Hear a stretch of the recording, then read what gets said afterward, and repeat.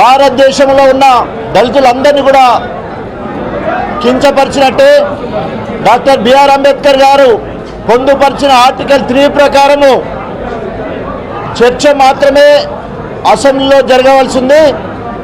ఆ చర్చకు సహకరించవలసిందిగా deputy speaker గారు విజ్ఞప్తి చేస్తున్న క్రమంలో దౌర్జన్యం చేసి ఆయన మీదకి పోయి ఆయన కొట్టేంత పని కూడా చేయడం జరిగింది.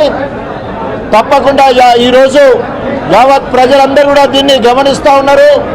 ఇప్పటికైనా రాజ్యాంగం మీద గౌరవం ఉంటే, ప్రజాస్వామ్యం మీద గౌరవం ఉంటే సీమాంధ్ర ఎమ్మెల్యేలందరూ కూడా చర్చకు సహకరించాల్సిందిగా కోరుకుంటూ మరొక్కసారి దళిత డిప్యూటీ స్పీకర్ గారిని బట్టి విక్రమార్క గారిని అవమానపరిచినందుకు, కించపరిచినందుకు తీవ్రంగా ఖండిస్తూ వారు బేషరతుగా వైసీపీకి సంబంధించిన ఎమ్మెల్యేలు అదేవిధంగా తెలుగుదేశానికి సంబంధించిన ఎమ్మెల్యేలందరూ బహిరంగ క్షమాపణ చెప్పాలని డిమాండ్ చేస్తున్న సీమాంధ్ర వాళ్ళందరూ కూడా క్షమాపణ చెప్పాలని డిమాండ్ చేస్తూ ఉన్నాం.